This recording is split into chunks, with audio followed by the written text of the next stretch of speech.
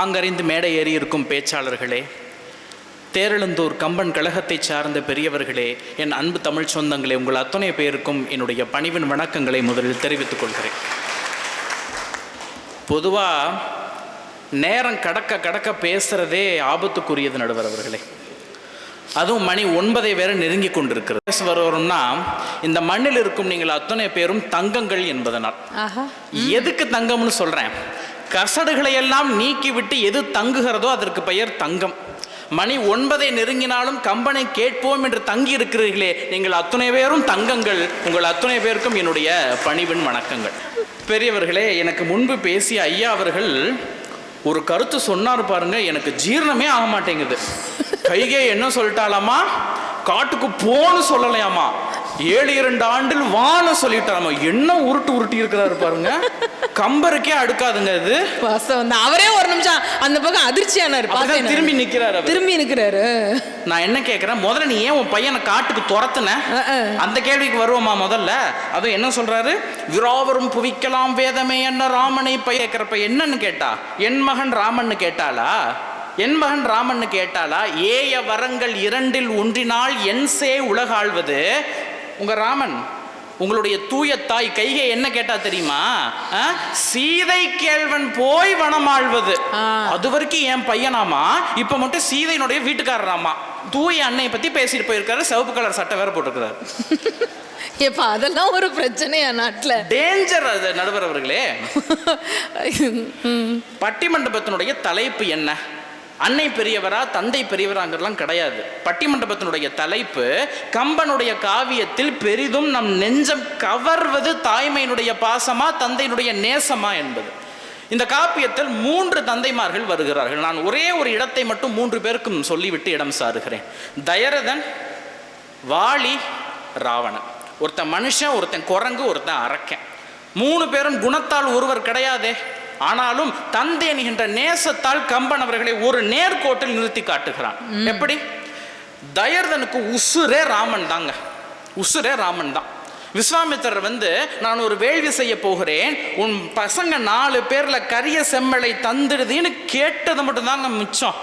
துடிதுடித்து போகிறான் தயரதன்.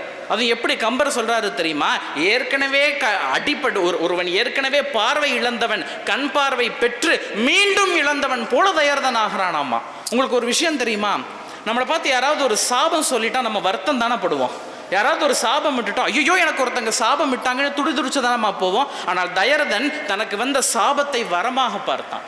தயரதனுக்கு ரொம்ப நாளா பிள்ளை இல்லைங்க.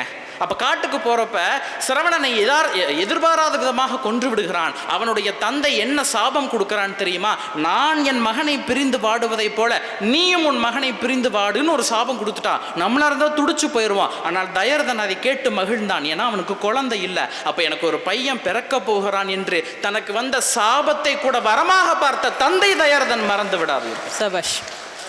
எங்க ராமனை காட்டுக்கு போன்னு நம்ம தூயவள் கைகை துரத்தியாச்சு. தயரதன் கலங்கி போய் நிற்கிறார். சுமந்திரன் தான் போய் விட்டுட்டு வரான். சுமந்திரன் என்கின்ற தேரோட்டி போய் விட்டுட்டு வந்த உடனே சுமந்திரன் கிட்ட கேட்குறாரு, பையன் எங்கே இருக்கான், கிட்டக்க இருக்கானா தூரமாக இருக்கானான்னு கேட்குறாரு. இந்த வார்த்தையை கவனிங்களா, என் கிட்டக்க இருக்கானா தூரமாக இருக்கானா. இப்போ அவன் சொல்கிறான், நாயகன் பின்னும் தன் தேர் பாகனை நோக்கி நம்பி சேயனோ அணியனோ என்று உரைத்தலும் தேர்வல்லானும். அவன் சொல்றான் பதிலு, வேலியுயர் காணம் தானும் தம்பியும் மிதிலை பொண்ணும் போயினான் என்ற போதே ஆவி போனான். ராமன் காட்டுக்கு போயிட்டான்னு சொன்ன அடுத்த நொடி தயரதனுடைய உயிர் பிரிந்து விட்டது என்று சொன்னால் தன் பிள்ளையின் மீது அந்த தந்தை வைத்திருந்த நேசத்தினுடைய ஆழம் அத்தகையது. உங்களுக்கு தெரியுமா, ராமனை பிரிந்து கோசலை இருந்தாள், கைகை இருந்தாள், அத்துணை பேரும் வாழ்ந்தார்கள். ஆனால் தயரதன் ராமன் பிரிந்து விட்டான் என்கின்ற செய்தி கேட்ட உடனே பிரிந்திருக்கிறான் என்று சொன்னால் நேசத்தினுடைய ஆழம் நடுவருக்கு புரியும், எதிரணிக்கு புரிவது கிடையாது. இதெல்லாம் நாங்க வேற பொய் சொல்றோம் வேற சொல்லிட்டு போயிருக்கோம். நடுவருக்கு எது ஒன்று புரியுதோ இல்லையோ நீங்க போடுற போடி ரொம்ப புரியுது. நடுவர் அவர்களே, இது தயரதன். சரி, மானுடன் பண்பில் உயர்ந்திருப்பதில் என்ன சந்தேகம் என்று நீங்கள் கேட்கலாம். வாலி குரங்கு தானே, ஒரு குரங்கு பாத்திரம் தானே. அந்த குரங்கு பாத்திரத்தினுடைய உள்ளத்தில் கூட தந்தையினுடைய நேசத்தை கம்பன் மிளிர வைக்கிறான். தெரியுமா உங்களுக்கு? எப்படி? ராமனுடைய அம்பு பட்டு வாளி விழுந்து விட்டான். நீ கொஞ்ச நேரத்துல உயிர் போக போகுது. அப்ப நம்மளா இருந்தா என்ன பண்ணுவோம்? பையனை கூப்பிட்டு, டே இவன் தான் என்ன அடிச்சு கொண்டவன், இவனை சும்மா விட்டுறாதுன்னு தான் நாங்க சொல்லுவோம். அது அனைவருடைய இயல்பு. ஆனால் கம்பன் அந்த காட்சி எப்படி மாத்துகிறான்னு தெரியுமா? வாளி தன் மகனை அழைத்து, மகனே என் மேல அன்பு போட்டாங்க, நீ எதுவுமே கலங்காத, அவன் பரம்பொருள், அவனை பற்றிக்கொள், உனக்கு அவன் எல்லாவற்றையும் தருவான் என்று தன்னுடைய உயிர் பிரியக்கூடிய அந்த நேரத்தில் கூட தன் மகனுக்கு நல்வழிப்படுத்தி கொடுத்தவன் வாளை என்ற குரங்கு தந்தை. அதுல ஒரு வரி சொல்றேன் பாருங்களேன். ராமன் அங்கதனை ஏத்துக்குவான். வாலி தன் மகனை பிடிச்சு கொடுத்த, ராமா என் பையனை பார்த்துக்கோன்னு சொன்னதுக்கு பின்னாடி ராமன் அவனை ஏற்றுக்கொள்வான். அந்த காட்சியை வாலி பார்க்கறாங்க. தன்னடி தாழ்தலோடும் தாமரை தடங்கண்ணானும் பொன் உடை வாளை நீட்டி நீ இது பொருத்தி என்றான். ராமன் உடைவாளை கொடுத்து நீ பிடிச்சுக்கொண்டுவார். அப்படின்னா என்ன அர்த்தம்? அங்கதனை ஏற்றுக்கொண்டான் என்று அர்த்தம். அதை பார்த்தவுடன் தான் வாலியினுடைய உயிர் பிரிகிறது என்று சொன்னால், நான் இறந்தாலும் பரவாயில்லை, என் மகனுக்கு நல்ல இடத்தை நான் தேடி கொடுத்து விட்டேன் என்று ஒரு தந்தை யோசிக்கிறான். எப்பேற்பட்ட காட்சி! சரி, குரங்கு கூட பரவாயில்ல, அரக்கனுக்குள் இருக்கக்கூடிய அன்பு, அரக்கன் என்கின்ற ராவணன் தன் மகன் மீது வைத்திருந்த பாசத்தினுடைய ஆழம் எவ்வளவு தெரியுமா? எங்க இந்திரசித்தன் இறந்து விட்டான். இந்திரசித்தன் இறந்து விட்ட பிறகு ராவணன் புலம்பக்கூடிய புலம்பல் இருக்கிறதே, அப்பா அப்பா அப்பா அப்பா! இந்த வாழ்க்கையில் யாருக்கும் வந்துவிடக்கூடாத ஒரு சோகம், புத்திர சோகம். பெருமக்களே, எதிர்மறை தலைவனான ராவணனுக்கு வந்து அவன் எதிரிங்க, காப்பியத்தினுடைய வில்ல அவன் தான். ஆனாலும் அவன் கலங்கும் பொழுது நம்ம உள்ளமே நடுநடுங்கி போகும் பெரியவர்களே. அது ஒரு காட்சி. கம்பர் எப்படிதான் இப்படி எழுதினாரோன்னு நான் யோசிப்பேங்க. அவர் பையன்கிட்ட கேட்குற மாதிரி பேசுறாராமா, டே இந்திரஸ்தா, நீ இறந்து போகல, எங்கேயோ ஒளிஞ்சுக்கிட்டு இருக்க, அப்பா வந்து தேடி கண்டுபிடிக்கணும்னு நீ ஒளிஞ்சுக்கிட்டு தான் இருக்க, நான் இவ்வளவு கத்தியும் நீ வெளியே வர மாட்டேங்கிறே இந்திரசித்தான்னு ஒரு தந்தை புலம்புவதில் நேசம் உங்கள் கண்களுக்கு தெரியவில்லையா? நான் யோசிச்சு பார்க்கிறேன், கம்பர் ஏன் இவ்வளவு தூரம் தந்தை பாசத்தை மிளிர வைத்திருக்கிறார் தெரியுமா நடுவர் அவர்களே? ஏன்பா? ஒரே ஒரு காரணம் தான். என்ன காரணம்? ஒரு செவிவழி செய்தி. ஆனால் பேராசிரியர் ஆசா ஞான சம்பந்தம் என்கின்ற தமிழ் கூறும் நல்லுலகத்தினுடைய அகல் விளக்கு நாடும் மன்னனுங்கிற ஒரு பிரமாதமான புத்தகம் எழுதியிருக்கிறார். அதில் சொல்லுகிறார், கம்பன் இவ்வளவு தூரம் தந்தையரை புலம்ப வைப்பதற்கான காரணம் அவருடைய வாழ்க்கையில் ஏற்பட்ட சோகம் என்று ஆசாஞா சொல்லுகிறார். தன்னுடைய மகன் அம்பிகாபதி இறந்ததை எண்ணி எண்ணி கம்பன் வாடி இருக்கிறான். அதனால் தான் இந்த தந்தையர்கள் தங்கள் மகன்களை பிரிந்துவிட்டால் பிரிந்து வர போகின்றார்களோ என்று கம்பனே தந்தையராக மாறி புலம்பி இருக்கிறான் என்று ஆசாஞா சொன்னதை எதிரணி மறந்திருக்கலாம், நம் நடுவர் ஒரு நாளும் மறக்க மாட்டார். நன்றி. நான் இப்படி சொல்லி நிறைவு செய்கிறேன். தந்தையருடைய பாசத்திற்கு கம்பன் எல்லையில்லாத நேசக்காட்சியை கொடுத்து விட்டான். மனிதன் என்கின்ற தந்தையாகிய தயரதன், குரங்கு என்கின்ற தந்தையாகிய வாலி, ராவணன் என்கின்ற அரக்கனாகிய தந்தைக்குள்ளும் நேசம் இருக்கிறது என்பதை கம்பன் காட்சிப்படுத்தி காட்டிவிட்டான்.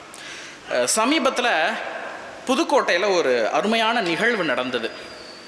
தேதியை கூட நான் குறிப்பிடுறேனே, ஒரு 2 மாதத்துக்கு முன்னாடி அக்டோபர் 29 தமிழ் கூறும் நல்லுலகத்தினுடைய ஒரு மாபெரும் புலவர் புரவலர் அவருடைய நினைவேந்தல் விழா. அவர் மறைந்த பிறகும் கூட அவருடைய மகள்கள் அத்துணை பேரும் தங்கள் தந்தையினுடைய நேசத்தை நினைத்து நினைத்து நினைவேந்தல் விழாவினை எடுத்து கொண்டாடினார்கள். எடுத்தவர் இவர் யாரும் அல்ல, நம் நடுவர் தான். தன் தந்தைக்காக தன் தந்தையினுடைய நேசத்தை நன்கு உணர்ந்த அவரா வேறு தீர்ப்பு கொடுத்து விட போகிறார்? ஒருவேளை அடுத்த ஆண்டிற்கு இது ஒத்திவைக்கப்பட்டாலும் இதே பேச்சாளர்களை வாதிட அவர் அழைப்பார் என்கின்ற நம்பிக்கையோடு கம்பனுடைய காப்பியத்தில் பெரிதும் நம் நெஞ்சத்தை கவர்வது தாய்ப்பாசம் இருக்கிறது. நான் மாற்று கருத்து கூற வரவில்லை. ஆனால் ஒருபடி விஞ்சி நிற்பது தந்தையினுடைய நேசமாகத்தான் இருக்க முடியும் என்று சொல்லி, தேரழுந்தியதால் இது தேரழுந்தூர் என்று பெயர்.